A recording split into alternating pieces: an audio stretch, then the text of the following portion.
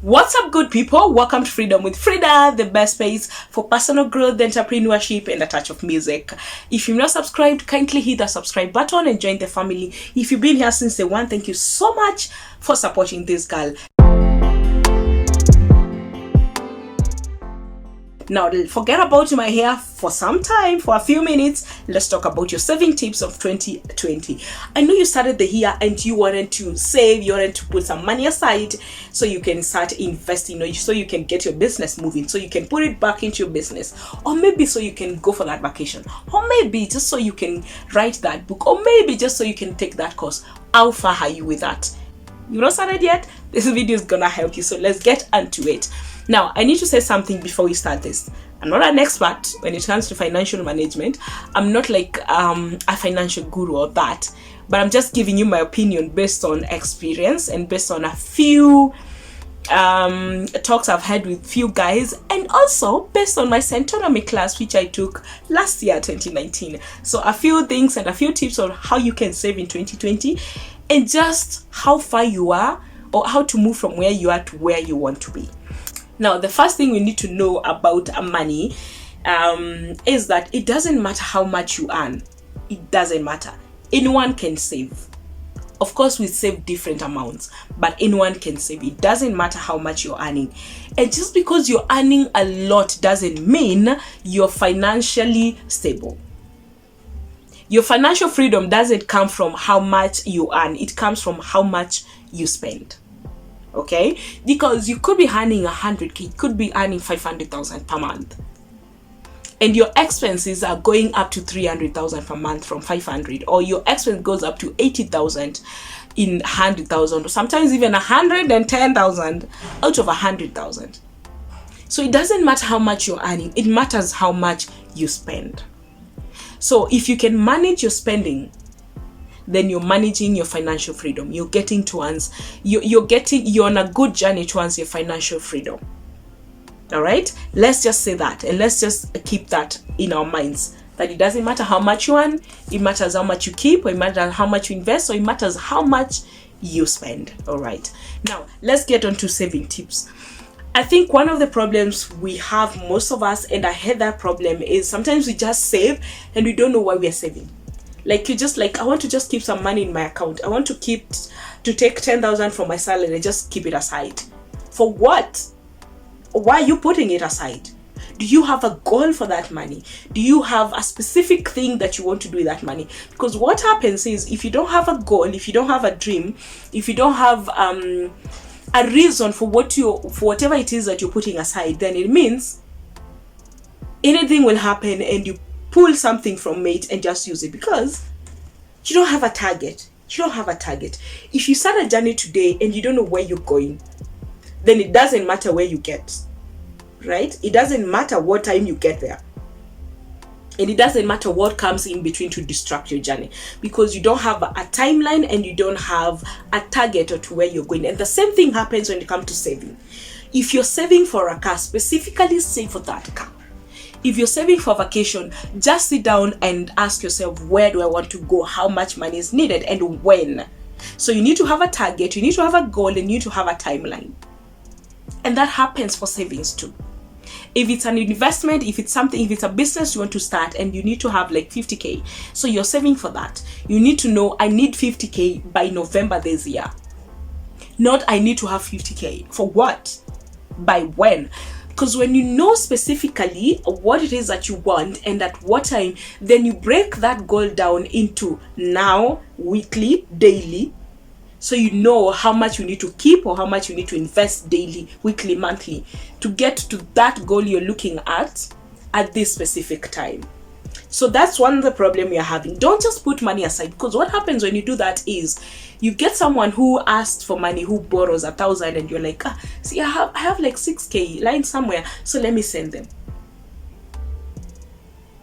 Your mind gets distracted so easily to get some money from that account or from that space if you're keeping it, and just use it anyhowly without really thinking. But when you know that this is the amount I need to save because I need to go on a vacation in March and I need 10k, it means I need to calculate backwards. Like I did a video on working backwards on this YouTube channel, so I'll put a link there so you can follow that and just listen to work backwards and just see how much do I need to put before March so that I get my 10k to go on a vacation. So that's one thing you need to do before you start saving.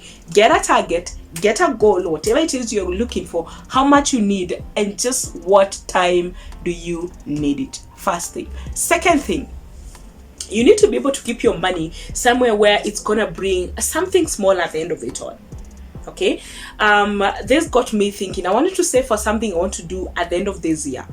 And I've been this person who thinks about saving account, and I put a lot of money in my saving account in a bank.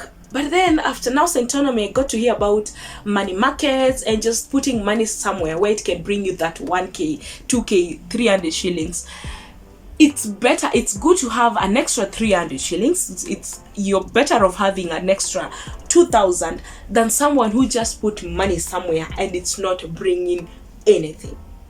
So before you get into that saving account, into that saving investment you're getting into, if you are putting $1 million, if you're putting 200,000, look for something that will bring you something extra at the end of that time. By the time you get to your timeline, by the time your time is done to get your money and now do whatever it is you want to do with it, if it can grow a little bit, please go for that. Please go for that, because an extra coin is better than none. All right, now the third tip of saving in 2020 is save fast before you can spend. You know how much you earn at the end of the month, you know how much you earn at the end of the week, you know how much you earn. I'll talk about monthly, let's not get into quarterly and all that. Start thinking of, this is my monthly income, let me put aside this amount, then now I can figure out how much I'm gonna spend on the remaining. And what this does is it helps you make some conscious decision when it comes to a spending. Because if what you're doing is spending and then you save, what happens is you get a beautiful dress you want to buy. You buy because you already have the money. But when you save, you know there's no way I'm going to touch that. That is already kept. We are working with this. So I have 10k and I need to save a 3,000, then I can think about the 7,000. So it doesn't matter. You've already kept the 3,000. That is no longer there. It's not anywhere in your mind. It's not anywhere in whatever it is that you're saving. So what you're doing is you're working with 7,000. So this is 7,000 is what I'm going to pay my rent with, is what I'm going to eat, is what I'm going to make my hair with. So you're working with 7,000. You're not working with 10,000. Because sometimes we get into the 10,000 or the 50,000 just using that amount as an example. Let's say it's 50,000. If it's 50,000, you work with your mind with 50,000. It means your mind doesn't see saving. It doesn't see keeping aside, because saving is putting aside, like getting out of this area and put it somewhere to be used on something else. So if you're working with your mind with 50k, that's what it's gonna work with. But if you tell your mind, hey, we've already kept 10,000, so we're working with 40, then it works your life around a 40. Does that make sense? But when you work with 50, it works your life around 50. So you're having 50,000. But when you keep 10,000, you're having 40,000. So let's work with 40. So start by saving fast before you can spend. I know this has been a cliche that you hear about it every day. Oh, save before you spend. Guys, that's just it. That's the truth. You gotta save before you spend. And the fourth tip is just live within your means. I know this has been said since you're in primary, secondary, campus, it is the fact of the matter. Stop spending what you do not have. Stop planning for something you do not have yet. Stop saying, now let me buy this makeup, which is 2,000, because my salary is coming next week and it's going to be 8,000, so I can get 2,000. You're already spending something that you do not have. So what happens when it doesn't show up? What happens when something else happens in between and you need more money? Spend after you get it, and also that helps you to be able to save and now spend what you have. So stop spending what you do not have. Just tell your mind it's not there. And this is one thing I tell people when they go like, oh, hebu nisaidie thao nitakurudishia. Nisaidie. And I'm thinking, okay, it's good to take debts, But sometimes we are looking at nkilipo mshahara nitakupea, assuming there's no one to lend you that money, assuming there's nobody to give you that money to make that year. Does it mean you won't live for the next 1 week? Does it mean your life stops for the next 2 weeks? That's the question I keep asking myself. When I find myself in a situation where I want to spend, I want to borrow money and put somewhere because my mind is telling me there's money coming in. This is what I ask myself. Assuming there's absolutely nobody to give me that money, does my life stop? No. Does it mean I'm not gonna breathe? No. Can it wait for 1 week? Can it wait until you get your salary so you spend your money? Spend your money. So you spend that which you're already holding, not what you're thinking will come. So live within your means. Fifth tip on how you can save this year is cut down on your expenses. I know you hear a lot about this, but how conscious are you about what you're cutting down? Sit down with yourself and track your expenses. Track all the money and just get to know where your money is going. Direct your money where it's supposed to go. Don't let it tell you where it's supposed to go.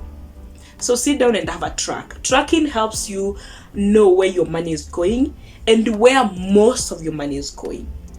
And that's where you realize you have a bad habit when it comes to picking things. You have a bad habit when it comes to buying things you don't need. Tracking helps you to see that, because sometimes we just spend and we don't know where our money is going. I realize I'm very good at putting money and at using my money when it comes to internet and airtime, and I don't think about it.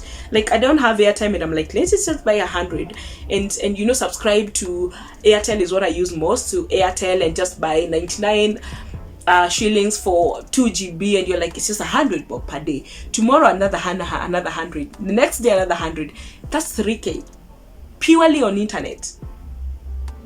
So I tracked my expenses and I realized, wow, a lot of money is going towards that direction. So how well can I manage this? How well can I cut down on this? The other thing is, when you cut down on that, now direct where that money you've cut down, where it's gonna go. Because sometimes we cut down and say, oh, I'm gonna use 1,000 or 1,500 on my airtime at the end of the month. So you've been using 3,000. These are the 1,500. Where is it going? You need to direct it to some space, to some place, so you can see what you're doing with it. Otherwise, it's gonna come. You cut down on the 1,500. Yes, you've done that. Good for you. But then you find yourself, the 1,500 is what you're using to buy yourself a dress that you don't need, to buy yourself a shoe that you already have, to buy yourself some snacks, to go out and eat dinner every now and then. It's good to have dinner. It's good to have that dress. But just how often are you having it? Can you cook for yourself once in a while? Can you cook yourself? Can you take yourself for a dinner or for that vacation once in a while and spare some of it and just cook in the house? You're gonna live healthy. You're gonna have some more food. You're gonna save some money. All right, so I hope those tips helps you in saving in this year, and just put your money somewhere that is gonna grow and bring something on the table. Thank you so much for stopping by. Always speak well of yourself, I keep saying. And until next time, bye.